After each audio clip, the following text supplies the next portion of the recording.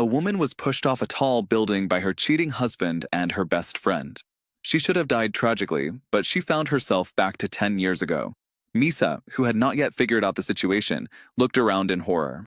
However, when she was about to take the elevator, her scumbag husband Tomoya from her previous life greeted her. Misa wanted to keep a distance from him, but he pulled Misa's hand. Misa finally ran out of the elevator, but she met her best friend Reina again. The two surrounded her from the front and the back, as if she had returned to the starting point of the nightmare.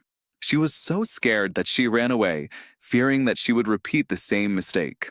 Misa remembered clearly that she should have fallen to death, so why did she return to the company? And why did Tomoya and Reina pretend that nothing had happened? Before her rebirth, Misa was terminally ill and was dying, but before she died, she received a call from the insurance company saying that her beneficiary had been changed to Tomoya. She went home, bearing the pain, and wanted to find out what was going on, but she heard Tomoya and Reina discussing how to spend the compensation. Misa didn't expect that her best friend, who had always been harmless, would do such a thing. Misa opened the door and asked what was going on. Reina said that they could not stand the loneliness and could only rely on each other. Misa could not accept the betrayal of her husband and her best friend, and angrily asked her husband if he couldn't wait until she left before starting over, because she was still alive now. Seeing that the matter was exposed, Tomoya simply tore off his disguise and asked Misa not to tell anyone about the insurance beneficiary. Tomoya also claimed that Misa's grandmother was just an old woman in her twilight years and had no right to receive the money. Tomoya became more and more excited as he spoke. He blamed all the misfortunes on Misa and believed that his life became like this because of her, the disaster star. Desperate Misa never wanted to see them again, but Reina changed her friendly attitude. Reina mocked Misa, saying that she was her only friend and that she had only done something wrong, but Misa was still nagging about it. Misa fell to the ground in pain, and Reina leaned over and said to her, "It's the end anyway. I'll tell you, I've always disliked you." When Misa said she was going to notify the insurance company, the two simply went all out and pushed her down the stairs. It wasn't until Misa saw the date on the billboard that she realized she was really reborn. Misa traveled from 2025 to 2015 with all her memories of her previous life. Misa looked at her younger self in the mirror and was surprised to find that the cancer on her body had disappeared. This time she wanted to start over again. Misa ran on the street, enjoying the food to her heart's content, until her colleague called her and she remembered that she had an important meeting to report to this afternoon.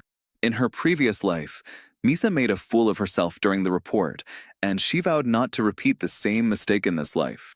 However, despite all the calculations, one step was missed. In order to embarrass Misa in her report, Reina in her previous life deliberately misrepresented the meeting place, leaving her too late to go to the meeting. As expected, Reina called and said hypocritically that she had remembered the wrong address. Misa hurried to the scene and fell on the road like in her previous life. When she looked up, she saw the familiar man in a suit.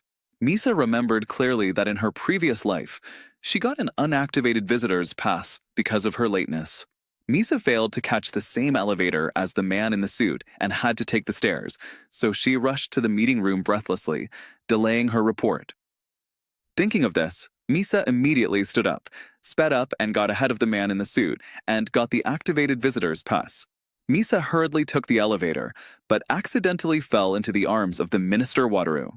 The minister simply reminded Misa that the scarf did not suit her and left the elevator. Arrived at the meeting room smoothly, but when reporting, Misa remembered that if she reported in the same way as in the previous life, the final result would be that the client would not accept it. So she decisively put down the documents and blurted out that she wanted to make bubble milk tea beyond Misa's expectations. In this life, the client rejected the proposal faster than in the previous life. But what Misa didn't know is that the gears of fate had quietly turned. Wataru became interested in milk tea. For providing the wrong meeting place, Reina ran over to apologize. She thought Misa would obediently say it was okay and wait to see her laugh. But she didn't expect that she, who had always been weak, would just leave this time. Recalling everything that happened to her, Misa still couldn't believe that she actually traveled back to 10 years ago with her memories. In the evening, Tomoya invited Misa to watch the World Cup together, and Reina and her boyfriend Tomoya were there. Although Reina already had a partner, her attention was all on Tomoya. In order to avoid Reina's hypocritical advances, the waiter spilled the wine on Misa. Reina immediately put the blame on the waiter, her face full of care and concern. However, Misa knew that Reina in her previous life had played her in the palm of her hand with such a hypocritical sisterhood. A fierce football match was playing on the TV, and Misa calmly said the team that was about to win. Tomoya was skeptical, but when the result came true as she said, Misa's heart was shocked. She remembered that at this time in her previous life, Tomoya would kiss her in excitement. After Misa realized this, she immediately made a move and successfully avoided the intimate contact that was about to happen. At the moment when Tomoya was about to kiss Reina's boyfriend, Misa had already quietly left the scene. Misa was confused. She had obviously made changes, so why was it still happening? Just when she was puzzled, Minister Wataru passed by and saw Misa almost knocked over a pot of hot water while she was in a daze, and immediately came to her rescue. This action reminded Misa that she was also scalded by a kettle in her previous life, but the accident happened to Wataru in this life. Misa finally understood that what was supposed to happen would not change, but it could be transferred to others. If she wanted to completely get rid of the nightmare and stop letting misfortune befall her, the only way was to let Reina bear everything she had experienced in her previous life. If what was supposed to happen would still happen, the script would not change. Misa made a bold decision to give Reina her terrible life in her previous life. Misa looked forward to Reina and Tomoya getting married. After her rebirth, Misa knew that her bestie would deliberately spill food on the leader. So Misa rushed forward and pretended to greet the leader enthusiastically. Misa touched Reina lightly, causing the food in Reina's hand to accidentally spill on Tomoya. Fate may not be completely changed, but Misa has found a way to marry bad luck to someone else, and she is secretly happy. However, Tomoya habitually threw his suit to her to wash as usual. But this time, Misa responded coldly, "Why do you want me to wash your suit?" After saying this sentence that she didn't dare to say before, Misa was so happy. This is how to deal with a scumbag. Looking at her young self in the mirror, Misa made up her mind to completely change the humiliating and bad life in her previous life. At this time, a girl's cry for help came from the bathroom, hoping that Misa could help her get a pack of sanitary napkins. The girl Mika thanked her repeatedly and complained that another girl had heard it just now, but pretended not to hear it. Misa knew that the person was Reina, a woman who looked gentle, but was dark and vicious inside. The next day, Misa went to a restaurant alone for dinner and unexpectedly met Wataru, a well-known director in the company.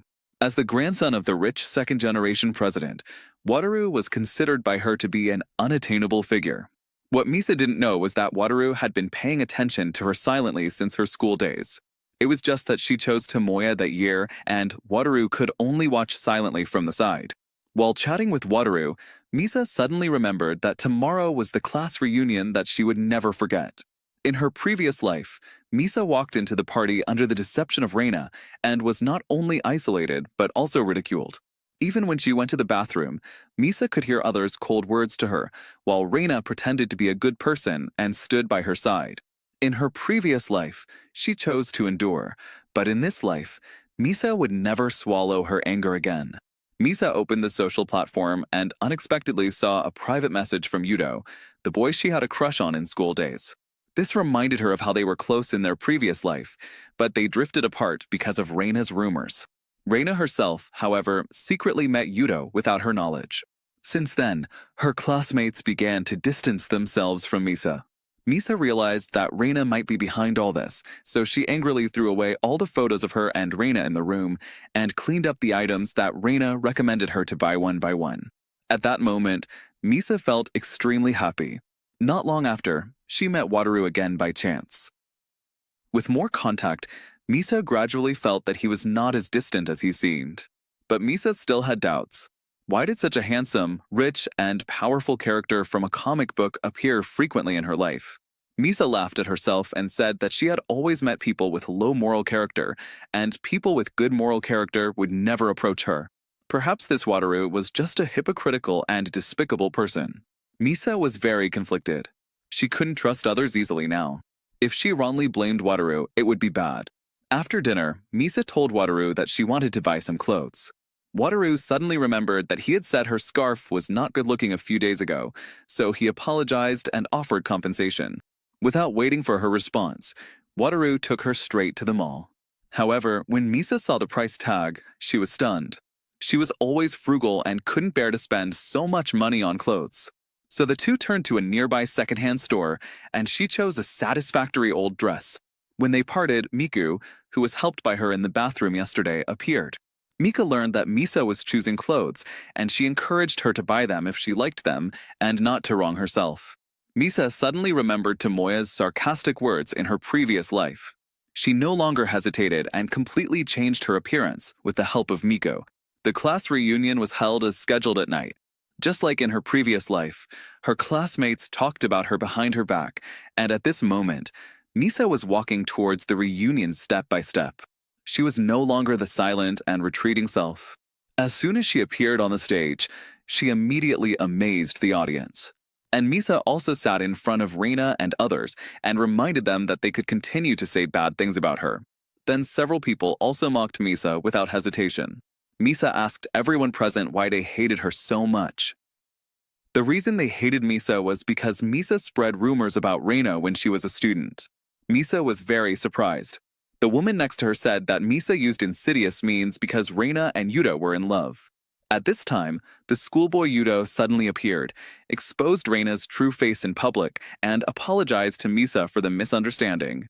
At this moment, Misa finally vented her long-suppressed emotions.